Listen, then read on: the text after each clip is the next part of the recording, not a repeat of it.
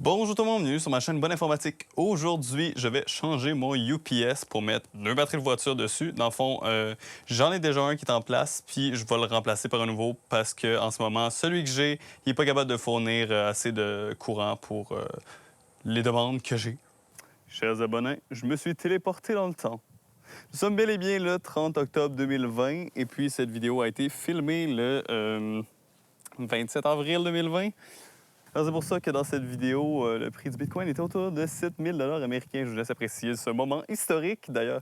Alors, petit disclaimer avant de commencer, c'est sûr que ce que je fais, je vous le montre. Par contre, ce que vous faites de votre bord, je ne suis pas responsable. Alors, à vous de faire vos erreurs par vous-même maintenant. Ici Bonin qui fait du montage, je me rends compte que j'ai même pas expliqué ce qu'était un UPS. Dans le fond, c'est quelque chose qui va s'insérer entre le 120 volts qui vient du mur et, par exemple, un ordinateur. Dans le fond, ça va donner une multiprise qui va être sauvegardée, qui va être protégée par une batterie de secours. Donc, dans le fond, quand il y a une panne de courant, qu'est-ce qui va arriver? C'est que la batterie va alimenter le UPS et ça va continuer à donner du 120 volts aux appareils qui sont branchés dessus.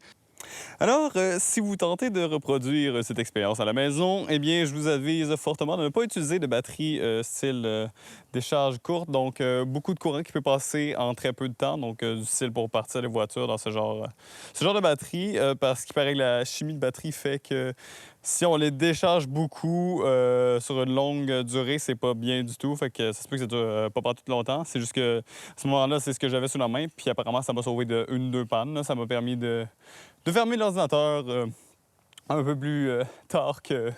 En même temps que la coupure de courant, ça a été pas pire, ça. Mais non, dans le fond, ça a quand même fait sa job pour l'instant. Fait que c'est sûr que si vous voulez faire ça, utilisez des batteries de type Deep Cycle ou décharge profonde.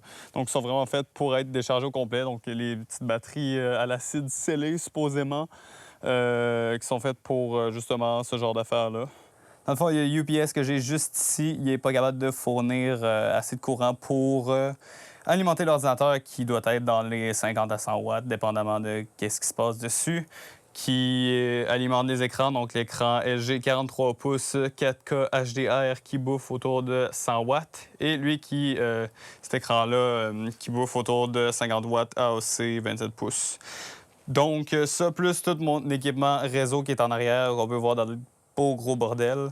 Dans le fond, ça doit consommer un peu plus que le maximum du UPS qui est de 200 watts. Donc, ce qui se passe quand il y a une coupure de courant, ça reste ouvert pendant 2 secondes et ça coupe.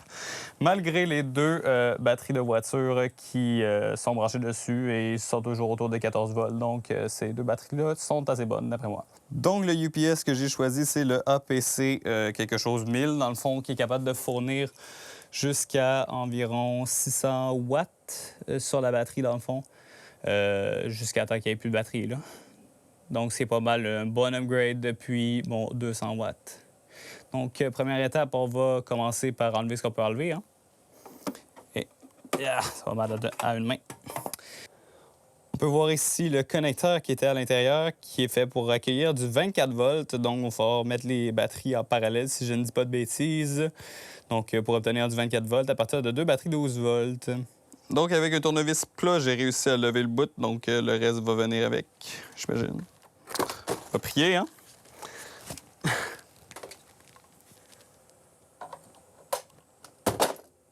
Yikes. Pas ben, hein? On va aller chercher le trépied. A few moments later. Donc, en théorie, il y aurait des attaches ici, ici. Ben, en tout cas, s'il y en avait, tant pis pour elle. Ah ben oui. Lol. J'ai pas le bon tournevis, mais bon.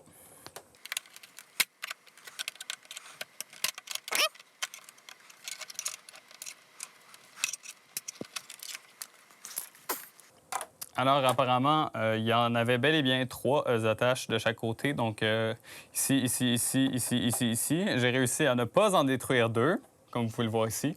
Yes! C'est un bon départ.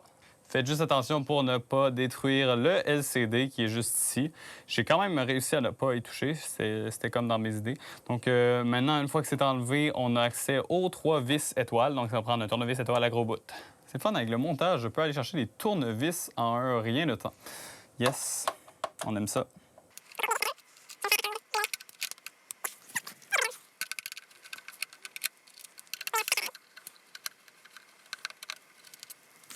Donc, tout caché ici, on a une dernière vis qu'il va falloir dévisser. J'ai aucune idée si vous la voyez. Dans le fond, la vis, elle tient cette partie-là qu'il va falloir enlever ensuite. Donc, on va faire ça à l'instant.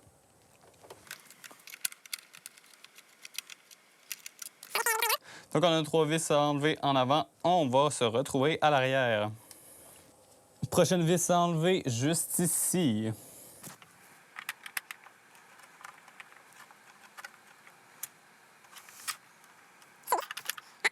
Apparemment, il y a une vis ici aussi.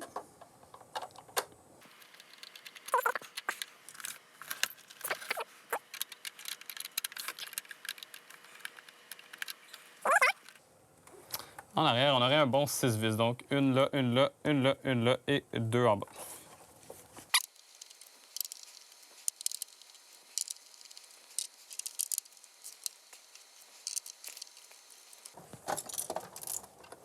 Ça grouille. Parfait. On aime ça.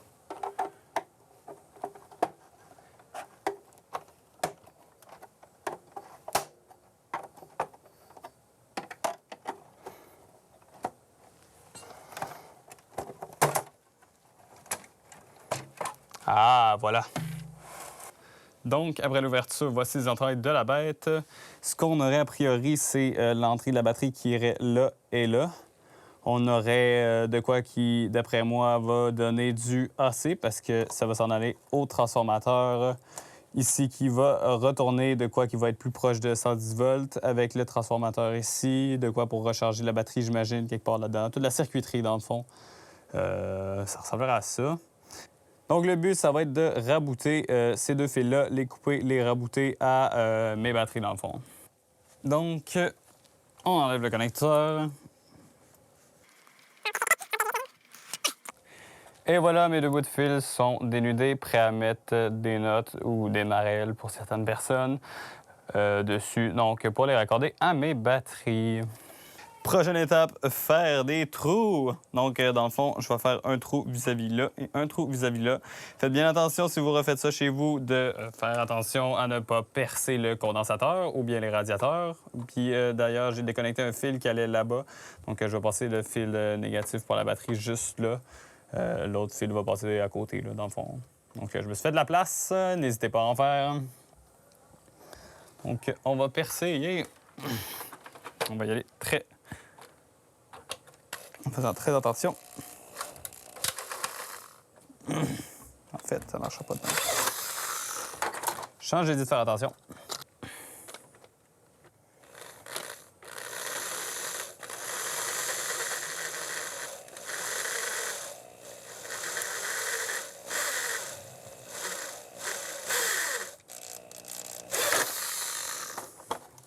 Donc, on passe ça dans le trou.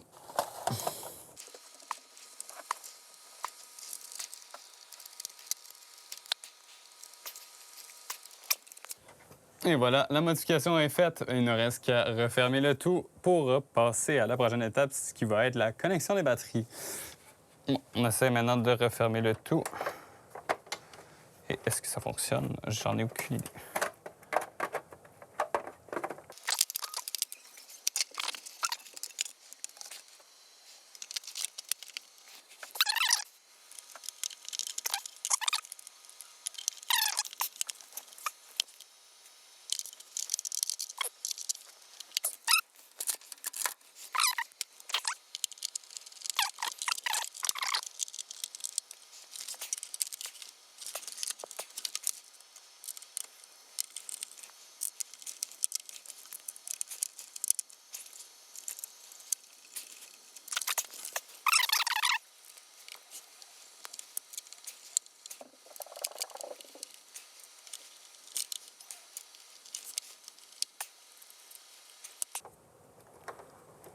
Okidoki, on aurait fini ici. Nice! On va juste remettre ce panneau détruit.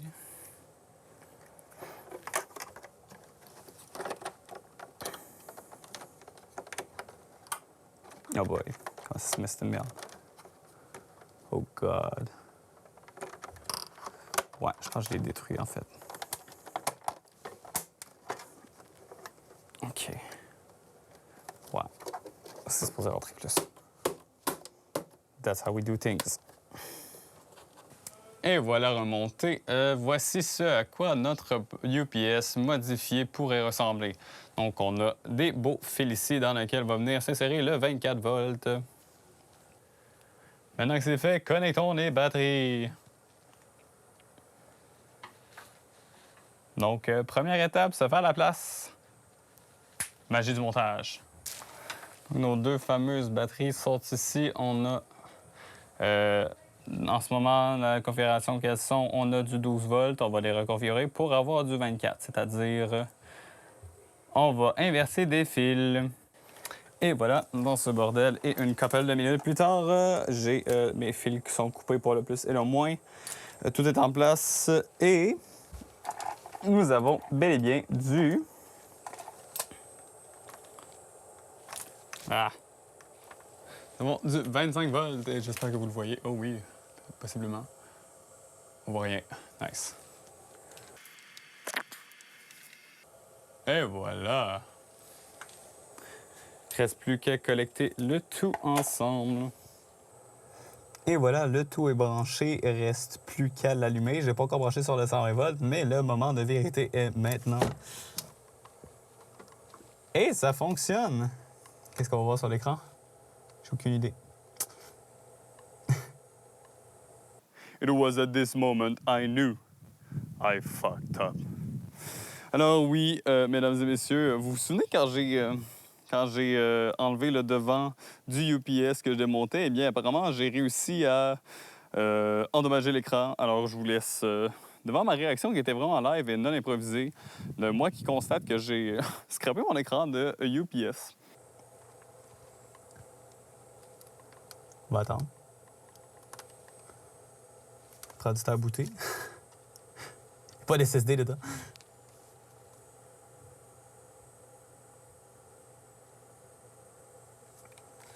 Oui. Va-t-il démarrer? Vais-je faire d'autres choses? Non? Je sais pas. On va attendre. Qu'est-ce qui se passe? Le fil ne chauffe pas.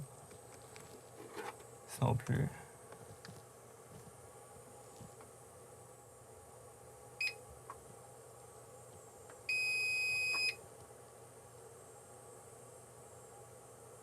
Peut-être qu'il veut qu'on branche un appareil dessus. On va essayer ça. On va laisser pendant 30 secondes, puis on va aller chercher un appareil branché dessus. Donc, finalement, qu'est-ce qui est arrivé? J'ai réussi à l'installer. Il fonctionne. L'écran, j'ai réussi à le tuer parce que je l'avais testé avant. Il fonctionnait une fois sur deux. Donc, il décollait. Que je le branchais, il marchait pas. Bon, whatever. L'écran fonctionne pas. En théorie, je pourrais le contrôler avec le port... il y a un port série en arrière, donc réseau port série. Par contre, ça ne tente pas tant de me faire chier. Puis il fonctionne, j'ai testé sur ma télé, je l'ai débranché en arrière, puis il est embarqué dessus. Fait que j'ai juste aucune idée combien de temps il va durer, c'est quoi la consommation actuelle, mettons, pendant une panne. Donc, ce qui va rester à faire, ça va être de limiter l'utilisation du courant pendant la panne. Donc, fermer tout ce qui n'est pas nécessaire, garder juste le réseau. Donc, ça va ressembler à ça.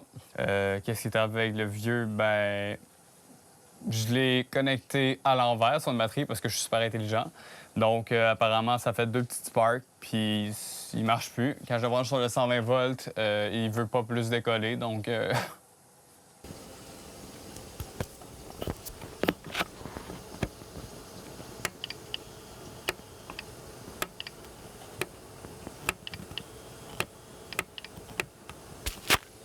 Oupsie!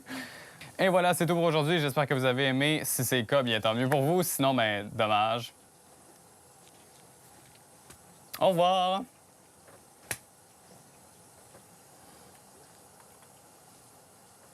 Ah fuck, c'est pas le Python Record. Quel amateur.